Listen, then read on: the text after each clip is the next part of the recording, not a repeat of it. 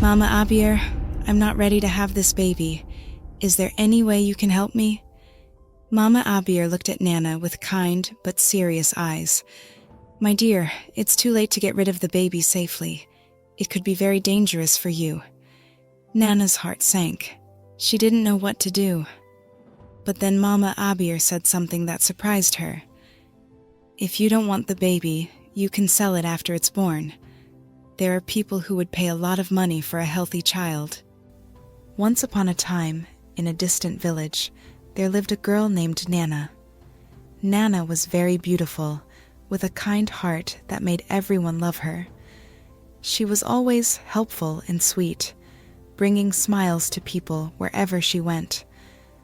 Nana's father was a poor farmer who worked hard every day in the fields, trying to grow enough food for his family. Nana's mother was a trader, selling little things in the market, doing her best to ensure they had what they needed. Even though they didn't have much, Nana's family was happy. They loved each other very much. Nana had a few close friends, and together they walked to school every day. Nana was very intelligent. She always listened to her teachers and studied hard. Because of this, she was always at the top of her class. Every week, the head teacher would smile at Nana and say, "Nana, you are the best in the whole school." Then he would give her a little gift, like a shiny pencil or a small book. Nana felt proud and happy because she knew she was making her parents proud too. The villagers all knew and loved Nana. They would say, "Nana is a good girl. She's going to do great things one day." And Nana would smile, dreaming of a bright future. As Nana grew older, she reached her final year in school. During this time, she became very close to a girl named Bola. Bola was not as smart as Nana, and she wasn't as pretty either, but she had a way of doing things that were different, sometimes not very good. The other girls in the village noticed this and warned Nana, "Nana, be careful with Bola. She doesn't always make good choices." But Nana didn't listen. She liked Bola and wanted to be her friend. One day, Nana went to school with an empty stomach.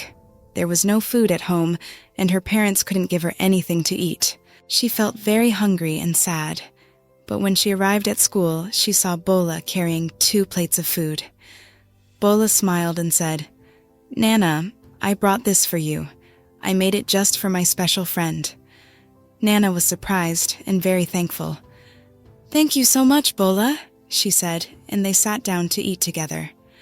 From that day on, their friendship grew even stronger. Nana felt grateful to have a friend like Bola who was there for her when she needed it.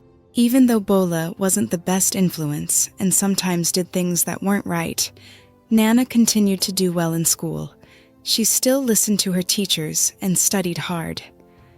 Nana believed that as long as she stayed true to herself, everything would be okay. After Nana and Bola finished school, they began spending a lot of time together. They would walk through the village, visit the market, and talk about everything. Nana noticed that Bola always had nice clothes, pretty jewelry, and other things that Nana couldn't afford. This made Nana curious. One day, Nana asked Bola, "How do you get all these nice things? Where does the money come from?" Bola smiled and said, "It's from a man named Clay. He gives me money and buys me gifts." Nana didn't understand. But why would he do that? What do you do for him? Bola looked around to make sure no one was listening, then whispered, "I sleep with Kunle, and he gives me money. It's easy, and I get whatever I want." Nana was shocked. She couldn't believe what she was hearing. "But what if you get pregnant, Bola? Aren't you scared?" Bola shook her head and laughed. "Don't worry, Nana. I know how to take care of that. I won't get pregnant now. It's nothing to be afraid of." Nana felt confused and worried. She had never thought about doing something like that. But Bola made it sound so simple, so easy. Nana didn't know what to think, but she trusted her friend. Bola seemed so confident, and Nana didn't want to lose her friendship, so she kept quiet and continued to follow Bola's lead, even though deep inside she felt something wasn't right. One bright morning, Nana was on her way to Bola's house when she met a man named Bakari. Bakari was young and handsome, well known in the village. He was a palm wine tapper and owned a big farm where he produced the sweetest palm wine anyone had ever tasted. Bakari was not only hardworking but also very kind. As they talked, Bakari looked at Nana and smiled. He liked her gentle nature and her beauty. Before they parted ways, Bakari reached into his pocket and pulled out a small box. Inside was a pair of beautiful earrings.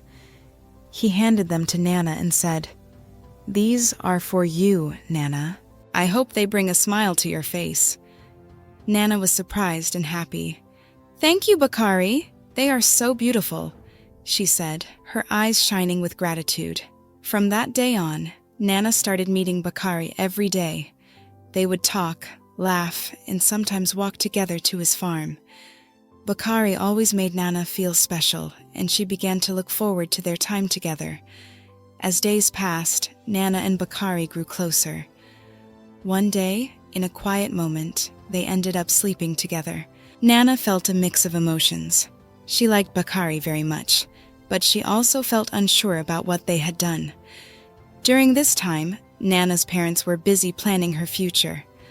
They wanted her to learn a skill that would help her in life, so they decided to send her to another village called Biku. Biku was known for its skill training and bustling market, and they thought it would be a good place for Nana to grow.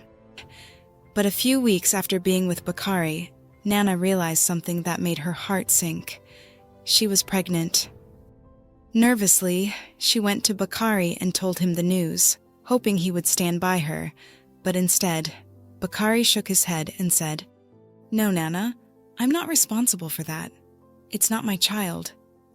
His words were cold, and he turned away from her. Nana felt crushed and alone. The man she thought cared for her had rejected her in her time of need. Now, with a baby on the way, she didn't know what to do. After being rejected by Bakari, Nana felt lost and scared. Her parents, not knowing about her troubles, sent her off to Biku village to learn a trade. They wanted her to have a skill that would help her in life. Biku was a big village, famous for its skill training and busy markets. People came from far and wide to learn and trade there. As Nana left her parents' house, she felt a mix of emotions. She was excited about learning something new, but she was also very scared about what was happening with her baby. When she arrived in Biku, she stayed with a distant aunt who lived near the market. The aunt was kind and welcomed Nana into her home, but Nana couldn't stop thinking about the baby growing inside her. She didn't want to have it. She didn't know how she could take care of a baby all by herself, so she decided to visit a midwife in the village. This midwife was known as Mama Abir, and she was the one people went to when they needed help with their pregnancies. Nana went to Mama Abir and explained her situation. "Mama Abir, I'm not ready to have this baby. Is there any way you can help me?" Mama Abir looked at Nana with kind but serious eyes. "My dear, it's too late to get rid of the baby safely. It could be very dangerous for you." Nana's heart sank. She didn't know what to do. But then Mama Abir said something that surprised her. "If you don't want the baby, you can sell it after it's born. There are people who would pay a lot of money for a healthy child." Nana was shocked at first. Sell the baby? But as she thought about it, a new feeling came over her. She could make money from this. Maybe this was a way to solve her problems. She wouldn't have to take care of the baby, and she would have money to live on. Nana looked at Mama Abir and nodded. "Okay, I'll do it," she said, feeling a mix of relief and excitement. Now, instead of worrying about the baby, she started to focus on the idea of making money.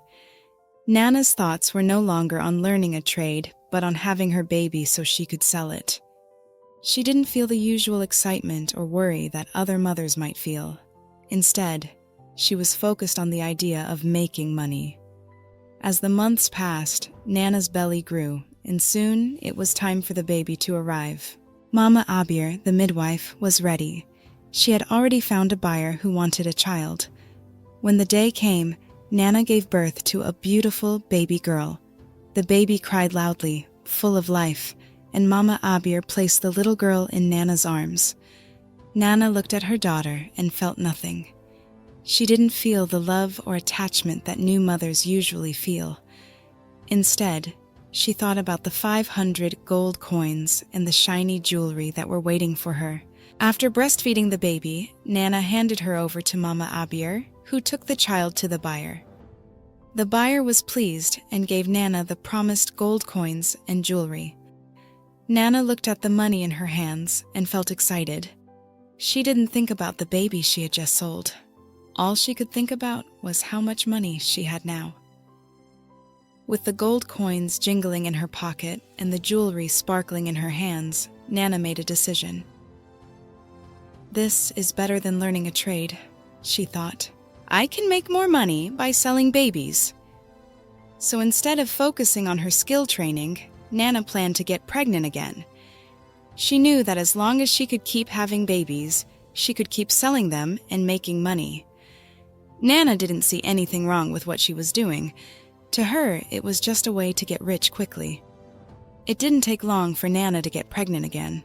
This time it was with a man named T. He was just another man in the village, and when Nana told him she was expecting his baby, he reacted just like Bakari had. T shook his head and said, "That's not my baby, Nana. I don't want anything to do with it." But Nana didn't feel sad or worried. Instead, she felt happy. She was already thinking about the money she could make from selling this baby, too. Without wasting any time, she ran to Mama Abir's hut, full of excitement. "Mama Abir, I'm pregnant again," Nana said, almost dancing with joy. Mama Abir looked at Nana with concern. "Nana, you must be careful. Selling babies is not something to take lightly. It can lead to a path of regret." But Nana didn't want to hear it. She smiled and said, "This is the path I've chosen, Mama. I'm going to keep doing this. It's the best way for me to make money." Mama Abir sighed, but she knew Nana wouldn't listen, so she helped Nana through the pregnancy just as she had before. After 9 months, Nana gave birth to a baby boy. He was strong and healthy, crying loudly as he came into the world. But Nana didn't feel the need to hold him or even look at him. She knew the buyers were already outside waiting. Without a second thought, she handed the baby over to Mama Abir, who took him to the buyers. This time, the payment was even greater. The buyers gave Nana 2,000 gold coins and more jewelry, even more beautiful than before. Nana was thrilled. The money was more than she had ever imagined. She didn't think about the baby she had just sold, only about the wealth she was accumulating. As Nana looked at her growing pile of gold and jewels, she felt powerful. She believed she had found the perfect way to get rich, and nothing else seemed to matter. She was determined to continue down this path, no matter what anyone said. Nana's plan worked even better than she had imagined. She became very rich very quickly. Each time she got pregnant, she sold the baby and collected more gold coins and jewels. The more babies she sold, the richer she became. Soon, Nana was living a life of luxury in Biku village. She had the finest clothes, the most beautiful jewelry, and anything else she wanted. But as Nana's wealth grew, so did Mama Abir's concern. One day, Mama Abir sat Nana down and said, "Nana, you must stop selling your babies. They are your future, your own flesh and blood. You can't keep doing this." But Nana just laughed and waved her hand. "Don't worry, Mama Abir. I have many more children inside me. I'll keep making money this way, and nothing will stop me." Nana didn't listen to the warnings. She was too focused on her riches and the easy life she was living. She sent money and gifts back to her parents in her village, who were amazed by how much she had. They didn't know where all this money was coming from, but they were proud of their daughter for doing so well in Biku village. By the time Nana decided to return to her village, she had sold 10 of her babies. Each sale had made her richer and more powerful. She felt on top of the world, believing that nothing could go wrong with her bags full of gold and jewels. Nana was ready to go back home and show everyone how successful she had become. She didn't think about the babies she had sold or the warnings she had ignored. All she cared about was the wealth she had gathered and the luxurious life she had built for herself. When Nana finally returned to her village, she looked so different that even her own parents didn't recognize her at first. She was dressed in the finest clothes, her skin glowed, and she had expensive jewelry that sparkled in the sunlight. The villagers gathered around, amazed at how beautiful and rich she had become. "Who is this beautiful woman?" they whispered to each other, unable to believe that this was the same Nana who had left them. It was Bola, Nana's old friend, who first recognized her. "Nana, is that really you?" Bola shouted, running up to her and hugging her tightly. The villagers were astonished. This was Nana, the girl who had left to learn a trade in Biku village. They celebrated her return with joy and admiration. With all the money she had made, Nana built herself a big, beautiful house. She didn't stop there. She also rebuilt her parents' house, making it grand and comfortable. Her parents were proud, thinking their daughter had done so well in life. Nana lived alone in her grand house, surrounded by all the wealth she had gathered from selling her babies. She enjoyed the luxury and comfort her money brought her, and she didn't have to worry about anything. The men in the village were captivated by her beauty and success. Many of them asked her to marry them, thinking they could share in her wealth and happiness. But Nana always said no. "I don't need a husband," she would say with a smile. She was content with her riches and didn't see any reason to get married. Nana believed that she had everything she needed. She was rich, beautiful, and admired by everyone in the village. To her, life seemed perfect, and she didn't think about the cost of her wealth or the future that might lie ahead. As time went on, Nana's parents began to worry about her. They saw that she was rich and successful, but she wasn't married. In their hearts, they believed that having a husband and children would bring true joy and happiness to Nana's life. One day, her mother gently said, "Nana, you have everything, but you are alone. It's important to have a husband and children to complete your happiness." Nana thought about what her mother said. Although she had always been happy with her riches, she began to wonder if something was missing. Maybe her parents were right. Soon after, Nana met a man named Akin. Akin was also rich and came from a well-respected family in the village. He was kind, handsome, and seemed to care deeply for Nana. They spent time together, and before long, Akin proposed to Nana. She agreed, thinking that marriage would finally make her life complete. The wedding was a grand affair, with the whole village invited. There was music, dancing, and feasting, and everyone talked about how beautiful the couple looked together. Nana felt happy and hopeful as she started this new chapter in her life. But as the months turned into years, something troubled Nana. 2 years had passed, and she still hadn't gotten pregnant. Akin's mother, who was eager for grandchildren, began to pressure Nana. She would often say, "Why haven't you given us a child yet, Nana? A wife's duty is to bring children into the family." Nana tried to stay hopeful, but the pressure kept growing. One day, Akin's mother could no longer hide her frustration. She stormed into their home and shouted, "Nana, you are barren. You can't stay in this house any longer. My son needs a wife who can give him children." Nana was heartbroken. She loved Akin and didn't want to leave, but his mother's words were final. With tears in her eyes, Nana packed her belongings and left Akin's house. She returned to her own home, feeling empty and alone. The marriage that she thought would bring her happiness had ended in sorrow. Nana realized that all the riches in the world couldn't fill the void left by her inability to have a child. As she sat in her grand house, surrounded by the wealth she had accumulated, Nana felt a deep sadness. She had everything she thought she wanted, but now she was more alone than ever. After being sent away by Akin's mother, Nana tried to rebuild her life. She hoped to get married again, thinking that maybe, just maybe, she could find happiness with another man. But no matter how hard she tried, No man wanted to stay with her because she couldn't have children. Word spread quickly in the village, and people began to see Nana differently. They whispered behind her back, and the suitors who once flocked to her now stayed away. One day, out of the blue, Bakari, the very first man who had denied her when she was pregnant, came to her house. He looked serious and demanded, "Nana, where is my child? The child you were carrying when you left the village." Nana's heart raced. She didn't want to admit what she had done, so she lied. "I lost the baby, Bakari.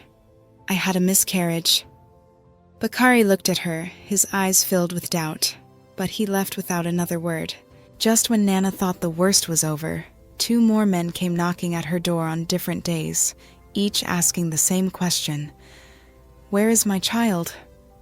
To both men, she gave the same answer, "I lost the baby.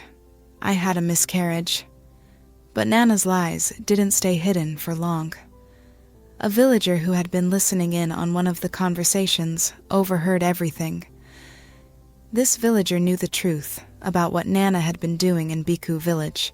Without hesitation, they told the men, "Nana didn't lose your babies. She sold them. She's been selling her children to get rich."